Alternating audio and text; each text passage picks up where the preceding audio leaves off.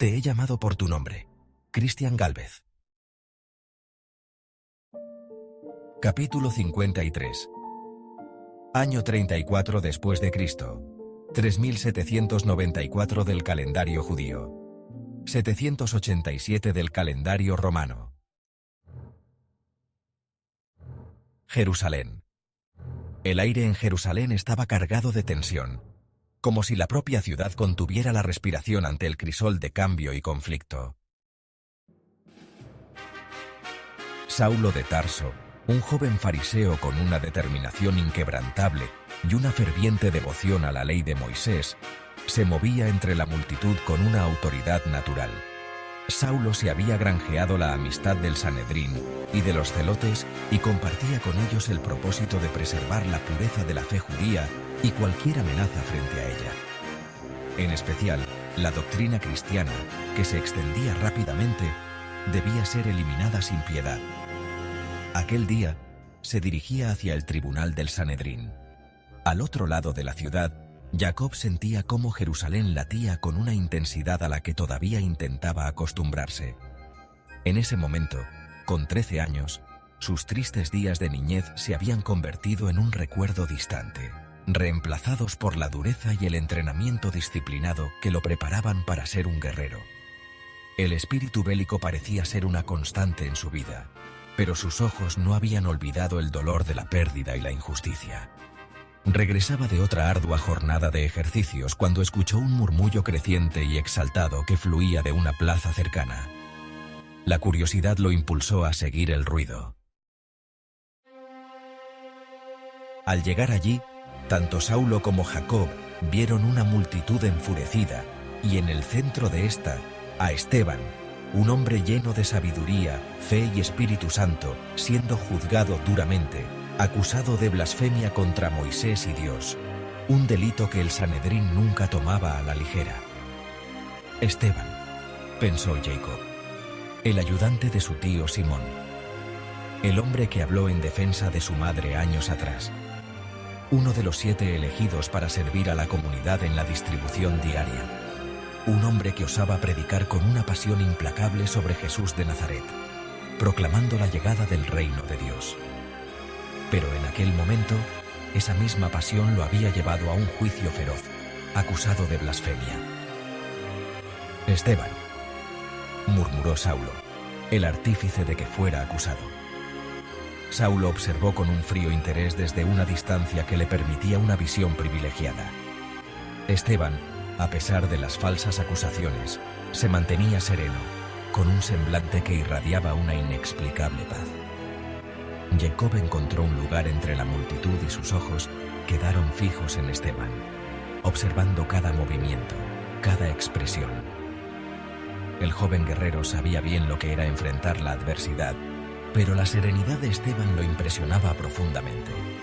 A pesar de las acusaciones y los insultos, Esteban se mantuvo firme.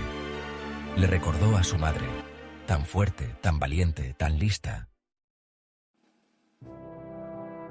Mientras Esteban se encontraba en el centro del tribunal, el sumo sacerdote le interrogó, pero él, inmutable, comenzó a hablar. Su voz resonaba con una calma firme, mientras que la furia del Sanedrín aumentaba con cada una de sus palabras. No podían soportar su valentía y la audacia con la que señalaba las faltas del pueblo elegido. Este hombre no deja de pronunciar herejías contra este lugar santo y la ley, acusó un miembro del consejo. Hemos oído que dice que ese Jesús de Nazaret destruirá este lugar y cambiará las costumbres que Moisés nos dejó. Cuando le dieron la oportunidad de defenderse, Esteban habló con una valentía que muy pocos tenían. Su voz resonó con una convicción profunda, resaltando la resistencia constante del pueblo contra los profetas y la voz de Dios en tiempos de monarquía, y narrando la historia de Israel, desde Abraham hasta Moisés. Hermanos y padres, escuchadme, proclamó Esteban con voz fuerte y clara. El Dios de la gloria apareció a nuestro padre Abraham cuando estaba en Mesopotamia, antes de habitar en Harán. Vete de tu tierra y de tu parentela, le dijo, a la tierra que te mostraré. Las palabras de Esteban eran como un torrente imparable. «Hombres de dura cerviz», continuó Esteban. «Vosotros que siempre resistís al Espíritu Santo, ¿cuál de los profetas no persiguieron vuestros antepasados? Y ahora habéis traicionado y asesinado a Jesús, el justo, al mismo de quien recibisteis la ley por disposición de ángeles y no la guardasteis». La cólera en los rostros de los miembros del Sanedrín ardía con la intensidad de un fuego incontrolable. Al escuchar el vehemente discurso de Esteban, algunos se taparon los oídos mientras otros se desgarraban las vestiduras en un gesto de indignación extrema. Saulo, viendo la ira de sus compañeros y sintiendo su propio resentimiento agrandarse, no se opuso cuando la decisión fue tomada. Esteban debía morir. Finalmente, sus corazones endurecidos no soportaron más. «¡Blasfemia!», gritó uno de los líderes. «Llevémoslo fuera de la ciudad y apedreémoslo». Los miembros del Sanedrín gritaron con una furia ciega, se lanzaron sobre él junto a la enardecida multitud y arrastraron a Esteban fuera de la ciudad. Mientras lo conducían más allá de los muros sagrados de Jerusalén, una multitud se congregaba, impulsada por un fervor frenético, con piedras en las manos. Saulo, aún distante pero observando atentamente, se colocó su manto y avanzó para mirar más de cerca. El menosprecio en sus ojos no mostraba titubeo. Jacob, movido por una mezcla de horror y una profunda admiración, los siguió a cierta distancia, incapaz de apartar la vista. Al llegar fuera de las murallas, vio a Esteban de pie, erguido, incluso mientras las piedras comenzaban a volar hacia él. El ayudante de los apóstoles pensó en Miriam, la protegida de su benefactor Simón, allí mismo, en el mismo lugar, de la misma manera. En su último aliento, Esteban levantó la vista al cielo. «Veo los cielos abiertos y al Hijo del Hombre de pie a la diestra de Dios», exclamó con fervor. Aquellas palabras solo intensificaron la furia de la multitud. Las piedras comenzaron a volar, golpeando su cuerpo con fuerza descomunal. Esteban cayó de rodillas bajo el peso del primer impacto. La sangre corría por su frente, pero su espíritu se mantenía inalterable. Jacob sintió un escalofrío recorrer su columna. Era la segunda vez que estaba ante una lapidación. El joven guerrero, acostumbrado a los gritos y la violencia, observó cómo Esteban, incluso en la agonía, mostraba una compasión inesperada. «Jesús, recibe mi espíritu», clamó con su último aliento. «Señor, no les tomes en cuenta este pecado». Con aquellas palabras, Esteban entregó su espíritu y cerró los ojos ante la injusticia de los hombres. Su cuerpo maltrecho se desplomó en el suelo. Su alma se elevó a otro reino.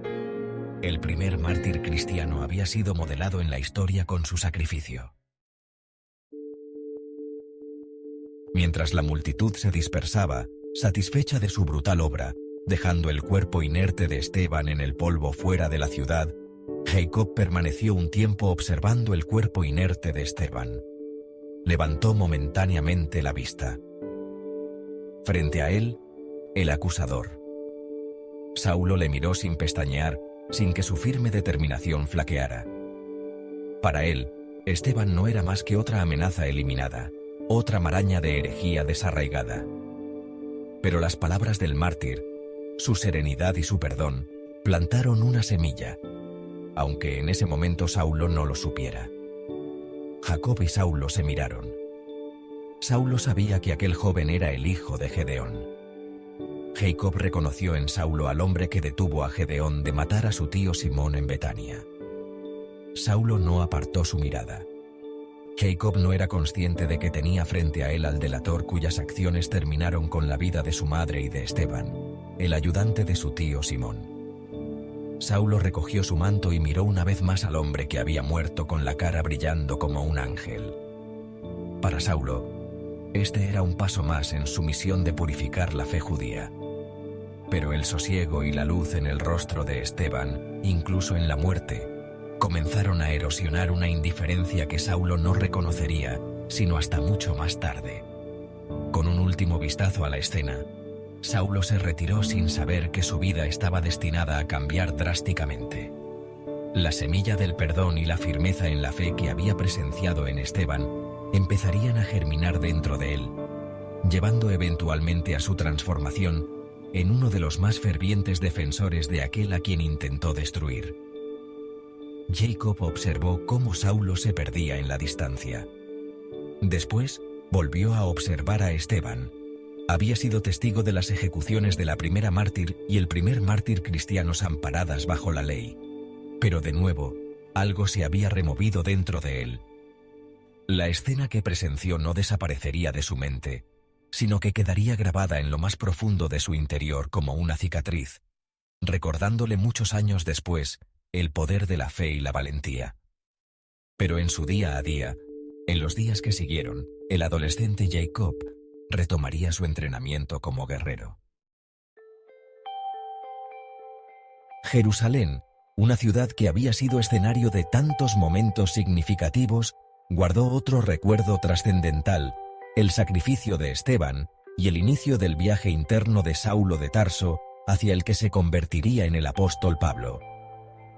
En el eco de las piedras y las últimas palabras de Esteban estaba el germen del cambio que ninguna fuerza podía detener. También en el corazón de Jacob.